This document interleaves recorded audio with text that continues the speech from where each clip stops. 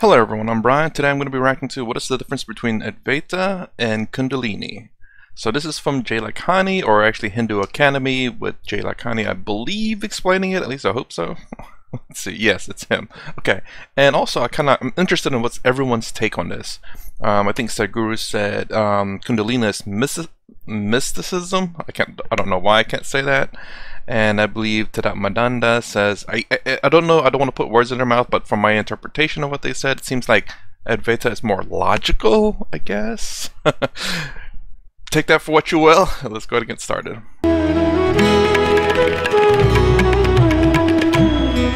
The difference between Advaita and Kundalini paths of self-realization, and then following on from that, a question from Siddharth Malhotra. This is the pointed question saying, have you realized your true self? Ooh. And can you realize your true self without a master? Okay, I'll be very honest. I'll answer the second question first. I shouldn't be doing this, but I'm like that. I give this away. When I was a 17-year young boy, studying at Imperial College, studying physics, I came across the story of Sri Ramakrishna. And in the middle of the night, in December, very cold weather, in the middle of the night, I had the highest spiritual experience you can imagine. And this is not because I'm so clever. It is very likely that I have acquired these skills over many lifetimes, but they came to fruition. And the fruition, the way they came to fruition was the catalyst of Sri Ramakrishna. That is why I do like this.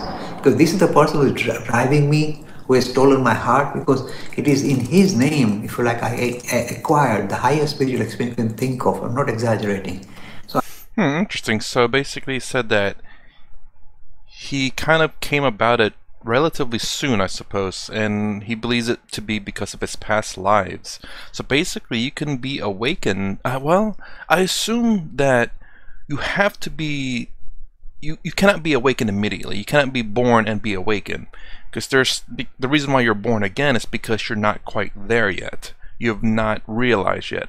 So you have to be a certain level of intelligence, wisdom, intelligence, to get past that, whatever that last step is, before you become awakened. And I think that's what he's saying here. Is basically he's like one step away, and then I think so at 19 that he came to that realization. And I was just thinking, can you be born to be realized? And I said, there's no way possible, because as a baby or a child,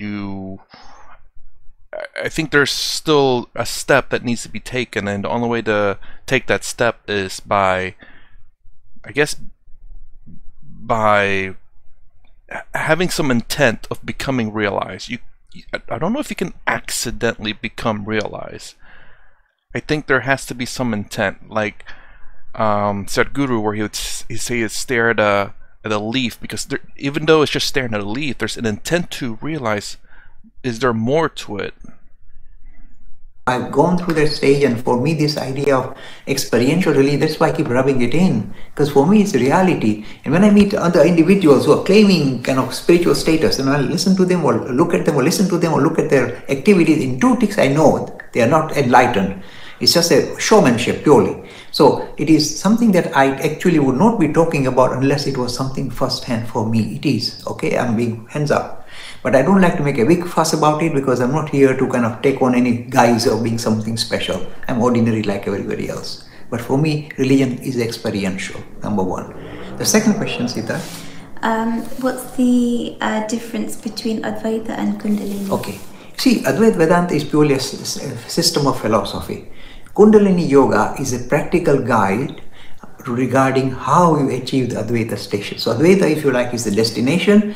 Kundalini pathway or other pathways like Patanjali Yoga Sutras, all these different pathways, all the different yogas you heard about are different pathways, if you like, activity you can do to achieve Advaita. Advaita is the destination, so there is no some process. It is something that you experience, that's it, full stop. But to achieve that, you use different pathways, and Kundalini pathway is one of the tried and tested pathways. Because here what happens, if you like, the backbone, that we hold straight in meditation suddenly comes alive.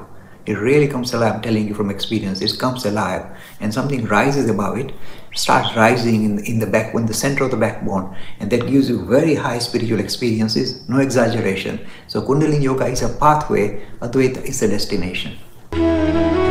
For some weird reason, I thought Advaita Advaita Vedanta was like a method, but I keep forgetting Advaita Vedanta means non-duality, and that's why I was like, is the destination? It's like, wait, no, Advaita Vedanta talks about the 4 yogas. It's like, oh no, wait a minute, Advaita Vedanta means non-duality. I don't know how I got to that point. So, but yes, but this is very strange that I guess why these 4 pathways seems to be the one that's talked about the most. Are they the most practical, or the less criticized, or maybe the most popular? Did I already say that one? I mean, the first 3, karma, bhakti, and jnana, is very, for me, very easy to translate to Western idea, I guess. Obviously, karma being thoughts and actions, everyone can understand, oh, my thoughts and my actions, physical actions and thoughts. Then bhakti, which is already in Western world and religion, and people can kind of relate to that and understand that because we see that. And then jnana, knowledge. That's a bit more difficult from the first 2, but knowledge itself is something that we can kind of relate to because obviously we learn things. It's more of the intelligent learn as opposed to the wisdom learn, though. I hope you understand what I mean by that.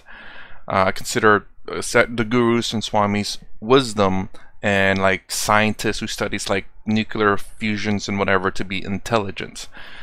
But Sadhguru uses intellect and intelligence differently, where I use intellect and wisdom. I think I don't know which one's the equivalent to how he says it. But yes, anyways, I want to do a second video because this is a very short one, so I'll be right back. Okay, so the second one is Kundalini Awakening J. Lakhani, Hindu Academy. Pretty short too. Awakening. Please explain about Kundalini Awakening. Yes.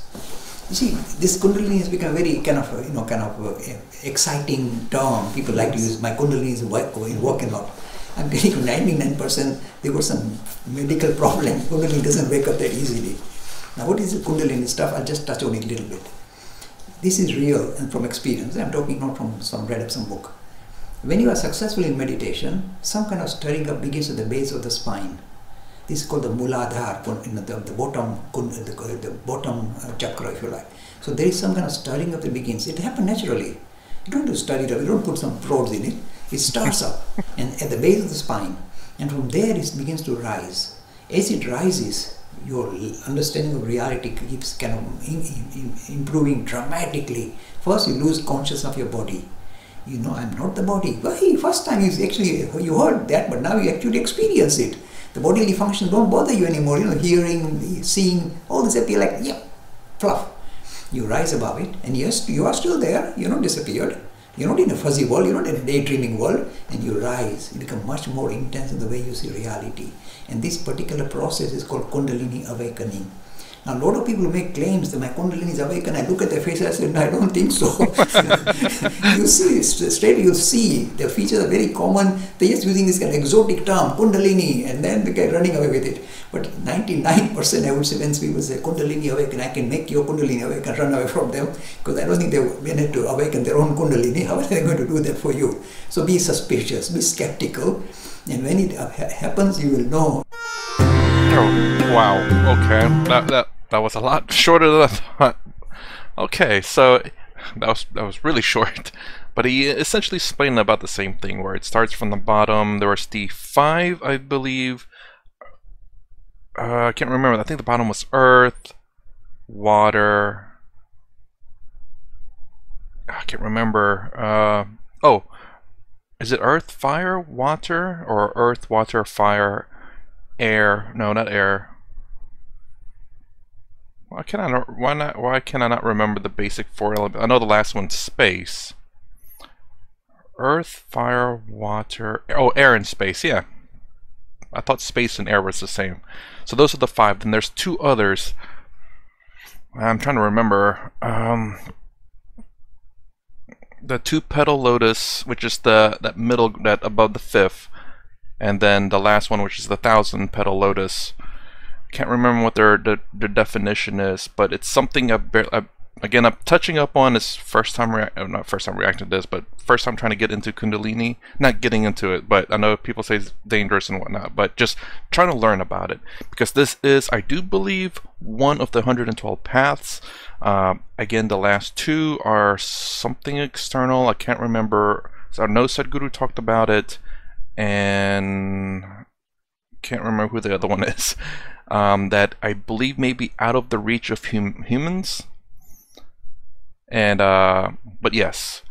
So anyways, that's my reaction to Kundalini Awakening, Jay Lakhani. There's going to be a few more videos from Jay Lakhani because he has actually a few videos on this. And so anyways, if you like my content, please consider subscribing. Thumbs up, thumbs down below. Thanks for watching. I'll see you in the next vid.